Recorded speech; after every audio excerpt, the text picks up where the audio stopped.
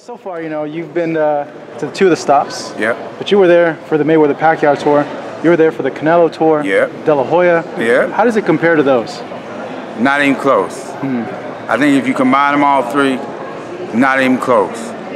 Because you got to remember, not one of them guys were doing any trash talking. Not that trash talking is an important element of, but people talk trash in basketball, football. I mean, you put a mic on a guy, and you'd be surprised what goes on at the line of scrimmage, what goes on the court. That's what being competitive is all about.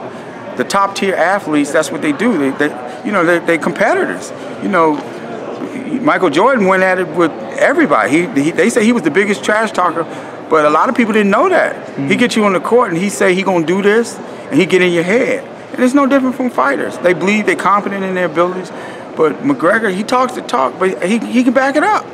But yesterday, what'd you make of what happened? Because it's funny to me. It's funny to me because I haven't seen nobody do this before.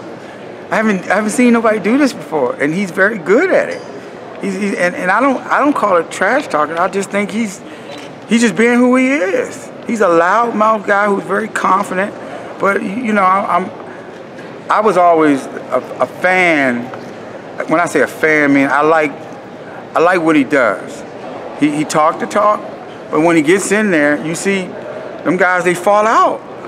They fall out, and they're very good fighters that he's fighting. It just happens to be in a different sport. But again, in boxing, it comes down to timing and inches. Timing and inches. We always have to remember that. And again, there's not one single media member in here that picked Jeff Horn to beat Manny Pacquiao, regardless of whether they say, oh, it was this and that. How is he even competitive with Manny Pacquiao for 12 rounds and it goes to the judges? How is that possible? When not one of you guys in this room and all over the world were picking this guy.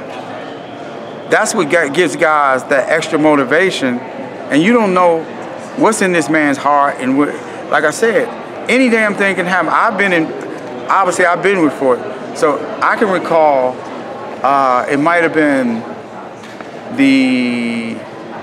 it wasn't Jesus Chavez. It was another fight. Floyd hurt both of his hands in the fight where he fractured. Yeah, he had to take a knee. Yeah. And what happens if Floyd comes out in the first or second round and he cracks him upside his head with a right hand and he fractures his right hand? And then in the next round, he comes out and he does the same thing with his left hand. What happens?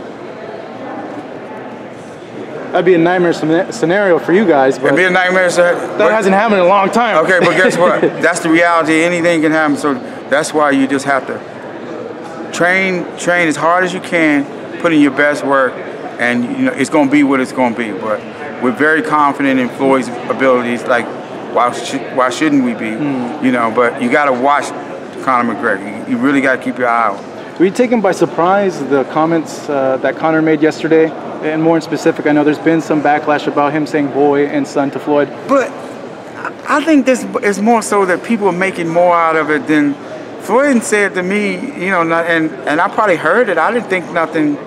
I think that sometimes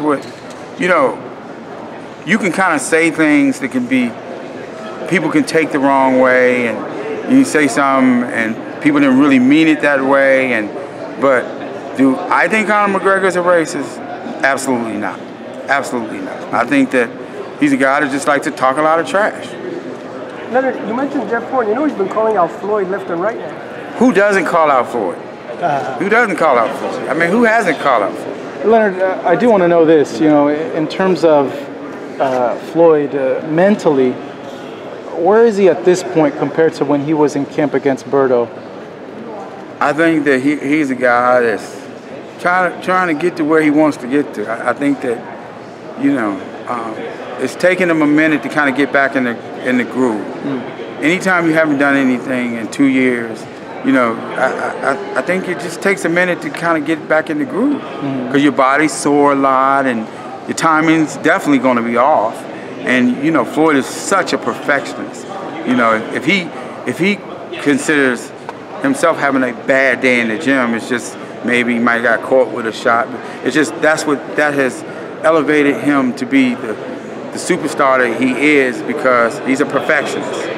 You know what I mean? He's a perfectionist. And all it takes in boxing is one shot and, you know, you can get a guy out of it. Say another opportunity comes up that's just as big as this fight. You knowing Floyd for as long as you've known him, do you think he might take the bite again, or absolutely 110% he's told you, know what, Leonard, this is too much, I don't want to do this anymore, this is it? No, I'm 100% confident this is definitely his last. I don't think he wants to go through the grueling, and it's like, what, for what? Money, a lot of money. No, but it's like, you know, he's very comfortable. He's set for life, and you know, what more else do you have to prove?